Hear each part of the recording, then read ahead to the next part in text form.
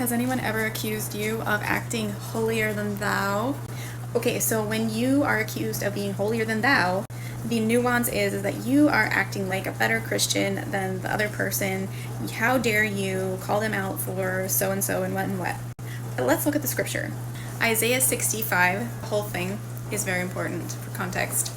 I revealed myself to those who did not ask for me. I was found by those who did not seek me. To a nation that did not call my name, I said, here I am, here I am. All day long I have held up my hand to an obstinate people who walk in the wrong path, who follow their own imaginations, to a people who continually provoke me to my face, sacrificing in the gardens and burning incense on altars of brick, sitting among the graves, spending nights in secret places, eating the meat of pigs and polluted broth from their bowls. They say, keep to yourself, do not come near me, for I am holier than you. Such people are smoke in my nostrils, a fire that burns all day long. So the people that this scripture is talking about are pagans, people who worship idols, people who do idolatrous practices, and they think that they are something real special. The crazy part is that God is saying that the things that these people do are disgusting to him. And they think that the things that they do make them clean. Keep to yourself. Keep away from me. I am holy. I am clean. I am special. Stay away. Here's the kicker, because this is the attitude of a pagan person who practices this witchcraft and idolatry. This is Matthew 7, and it is the famous do not judge section. But hold on a second. We're going to read it in context. Do not judge, or you will be judged, for with the same judgment you pronounce, you will be judged, and with the measure you use, it will be measured to you. Why do you look at the speck in your brother's eye, but fail to notice the beam in your own eye? How can you say to your brother, let me take the speck out of your eye, while there is still a beam in your own eye? You hypocrite! First take the beam out of your own eye, and then you will see clearly to remove the speck from your brother's eye.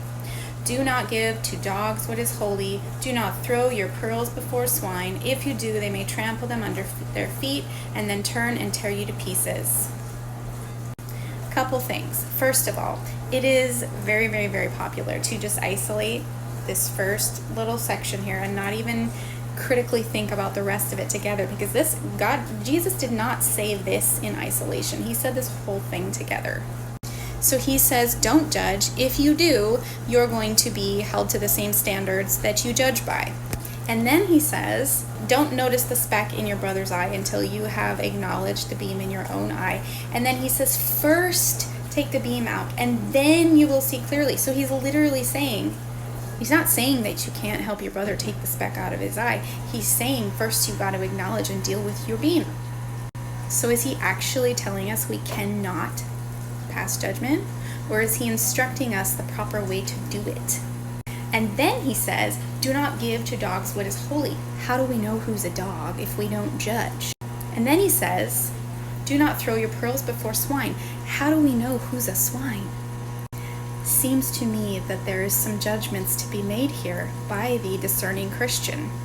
We just have to understand that the same judgment that we use will be used against us, and that is why we walk holy, we seek righteousness, we do our best to follow Jesus and do what he says and live by his laws, because we know that his standard is the one that we are upholding and that we are wanting to live by, and so we're okay with being judged by it. We know that that's the standard that we're going to be judged by.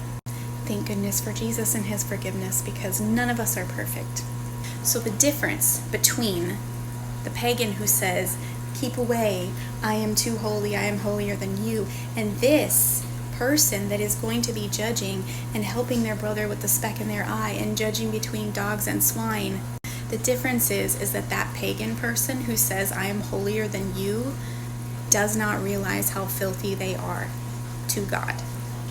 This person here that Jesus is instructing is a person who must be aware of their own condition. The heart of a Christian, the heart of a spirit-filled believer, knows that they are just as bad off as every other person, and they are willing to analyze their own behavior, their own heart condition, their own sins, their own biases and preconceptions, and still love their brother enough to help them sort through things that they're seeing as well. We all have blind spots and we all need help. So that's the difference. That holier than thou person does not realize that they are filthy to God, but a Christian does.